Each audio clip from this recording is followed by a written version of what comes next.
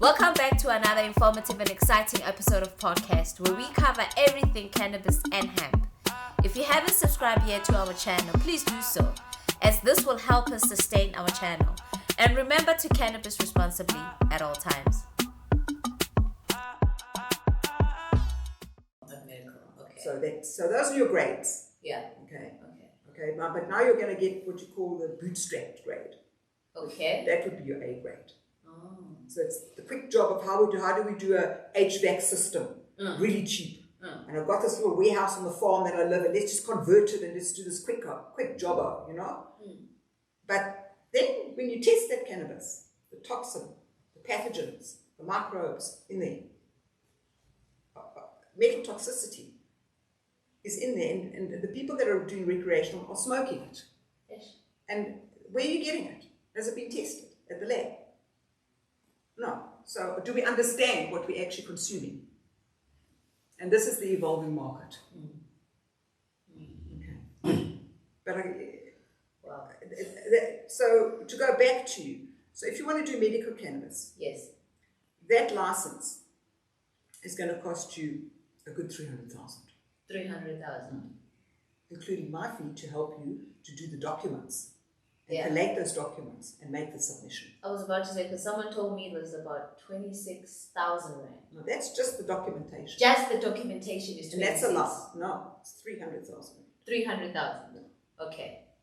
So why were they For the saying license. 26 then? I wonder. 26,000. Okay. Yeah. No, 20. That used to be with the first license I got was 25,000. Yeah. Just okay. the license, SAPRA fee. Okay. Now you got SAPRA audit fee. Uh-huh. Another couple of grand every time they come to an audit. Okay. You know, plus the airfare and whatever they do for the 3 days that they're in the audit. Okay, then it's another 3 grand or 2 grand for the license itself when you get it. So you're looking at a good 30 grand for SAPRA. For SAPRA. Yeah, and roughly 250 to 280 for me. For all the 300 hours that I will walk with you on your journey and make you confident that you can do this. Okay. I'm so glad that you actually broke that down. Are we able to break it down for hemp as well? Yes. Before we move on to speaking further about the cannabis? And how much for the hemp? And what is it that you need for hemp? Okay. Hemp is less stringent. Okay, but they also have to manage it. Yeah. Okay, and the reason being it has to be regulated is because if you're growing outside, you can't control the THC from the sun and the photosynthesis from the sun. So if you can't control it, how high is your THC going to be? And hemp says it has to be below 0.2%. Below 2%. Okay. 0.2%. 0.2%. Yes. Okay. And the costing for it is? Okay, 600 rand, 100 rand for the license. Okay. And I haven't yet, I don't know if they charge, my one client, I'm waiting to see if they're charging for the certificate. You know, it's a 3-year license. Okay. But you've also got to have full security. You have to submit reports.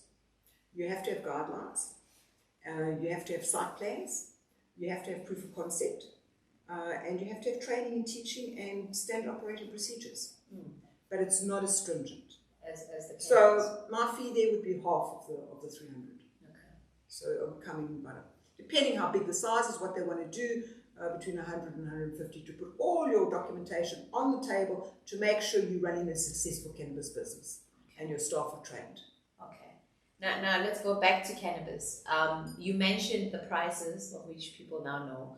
Now what is the procedures? Let's say for a cultivator, if I wanted to have a medical facility, what steps do I have to take in making sure that I have the infrastructures, and once I have the infrastructures, what must be implemented within those infrastructures? Okay, I would have to sit in a boardroom with you or in a comfortable place for a whole day and unpack this. Okay, because it's to be honest with you. Okay. What you're asking me is very broad. Yeah. But I would come to you and say, Mo, you want to open up a medical cannabis facility. All right. What did you have in mind? What is your concept? What are you thinking? Do you want to export flower? What you must, instead of starting at the beginning. Go to the end game. Okay. And give me your end game. What's your end game? If you give me your end game, I'll lead the way to package it for you. Okay. Because then I know where you want to go. But right now, I just know you want this facility. And that's a tall order already. So you need to tell me what your end game is, and then I'll drive it backwards, and we'll show you how, because I have to write your positioning document to say, what are you doing, why are you doing it. I have to write your site master file, which is 9 sections in the site master file, to submit to SAPA as part of the application. 17 pages of the physical application has to be completed. The nomination of a quality assurance person, the nomination of a pharmacist must be on there, okay? Your projections of a organogram of key personnel must also be there. So who are those key personnel?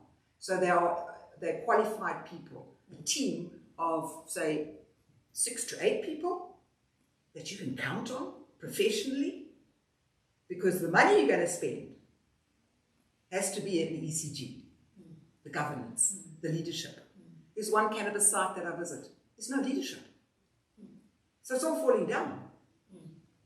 You've got to lead by example. You have to allow your key personnel to take the lead as well. So I also facilitate management meetings of cannabis sites. Okay. Because I'm training the young managers, a security manager, a quality assurance manager, a maintenance, preventative maintenance, really important. And the pharmacist is also at these meetings. And I realize that the pharmacist also doesn't know everything. Because compliance in itself is a profession. And I'm very proud to be part of the cannabis compliance profession.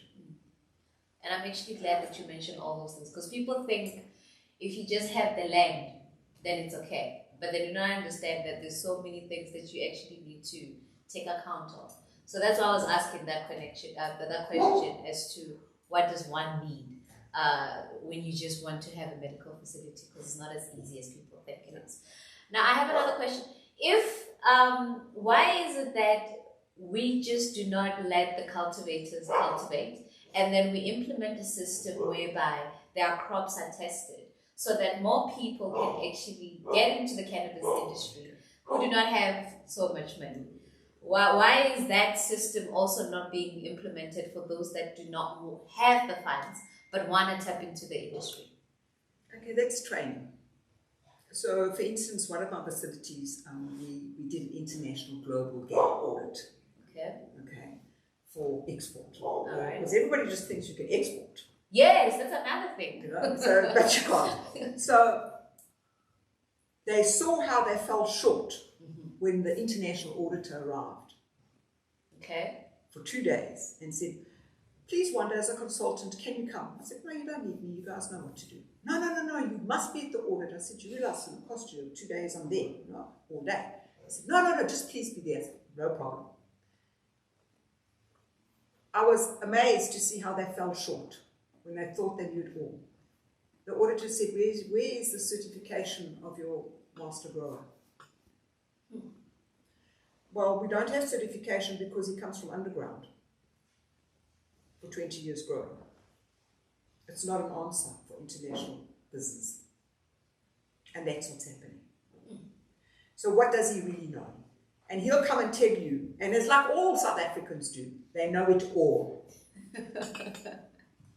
And they need to also just catch a wake up and start to realize that they also need to learn. Because one of the most important things on any cannabis site is integrated pest management. And nobody even thought of that until I came along and I said, where is your gap methodology? Oh, do we need one? I said, if you're going to have an audit, you need a good agricultural practice methodology. I wrote it up for them, the framework, 30 pages. And I said, now, fill in the gaps. Gave it back to them, because I'm their consultant, I'm their go-to-girl. And came short again on integrated pest management. The guy, who's the head cultivator, ran and found the money to go and do an international online course. So he could come with a certification. Because if he doesn't have a certification, Europe ain't buying African cannabis. So that is another reality with medical cannabis. Okay. I will come to what we can do locally. Yeah. But, it just depends how many sessions you want with me. Clearly, we need to come back. We need a lot. Because you are laying down knowledge on so many people right now who are interested in tapping into the industry. And this is what we should have done actually in the beginning. But okay. Yeah, we're so, also learning like everybody. Yes. Yeah. But life is always on time. Never forget. Okay. Just not when you expect it. Yeah. So now I collaborate with Chiba Academy. Okay. And they phoned me and said, Wanda, would you take an intern? Graduates, 3 graduates, 4 graduates coming out, or I think they went on course for a year or whatever. So I did a Zoom call with them to see which one would appeal to me. I've never had an intern before, but let's see. So I chose one. And Paul came along. And I think I chose divinely correctly. He was with me for a month. He was doing compliance in government at some part of his life, but I didn't see any compliance attributes when he arrived. And I was like, I had to coach him. And then I had to sit him down and say, now, and without hurting his feelings, and say straight up, get with it or move on. Because the problem is, a lot of these people also just smoke cannabis all day and think they can work on cannabis all day. Yeah. And whether he did or not, I don't know. But I do know that cannabis can shut you down as fast as you wake up. And that I've seen on site where the guys can't deliver easy stuff to me. So that's why they love me on site, because I just go, what else? And I type it up and I think it and I bring it out. I think everything in moderation, everything in life needs to have a balance. And it's the same with cannabis. Okay. And can I ask about the social cannabis clubs? Yes. That model, because I've been told SAPRA is not involved in that. No. But is it licensed though? No, Because a lot of see, people are saying it's not, some are saying it is, No, it's not licensed. Okay. They are playing with the grey area of the Act.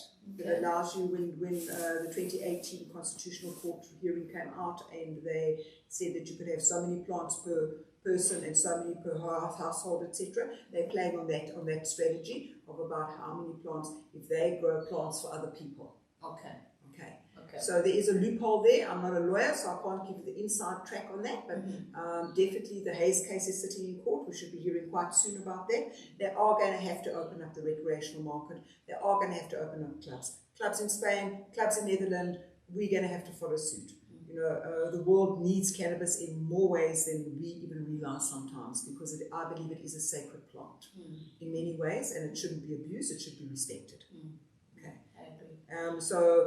From my side, I do believe I've been to some of these clubs, I've seen some of these clubs, and the people that are putting the money behind these clubs are doing a good job. It's not just a dark back room. It was in the beginning, but since Cannapac's court case, a lot has changed. I agree.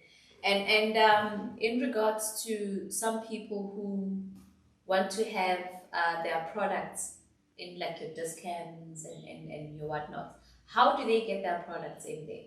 Okay, you're talking very broadly. And when you and I discussed the questionnaire, because most of the things that we discuss, you've already uncovered. So yes. For me to talk about the regulation and stuff, you've already covered that. As you were explaining what is it that's needed. So most of the questions that's there, we have actually, you've answered them. Okay, Yeah. right. So for me to go back now and ask them again that's is going fine. to be like tautology. But one of the things I did want to bring up is that if people must seriously say what, where, and how. Yes. And why. What, where, and how. Why. And if they answer those 3 questions because they seriously want to get into cannabis, whichever side of cannabis you want, hemp or CBD or whatever, wherever you want to sit in it, that's fine. But then make sure you go and get your police clearance certificate. Thank you so much for watching. Please don't forget forget to hit the subscribe, like, and share buttons below. We would also appreciate your comments. And remember to cannabis responsibly at all times.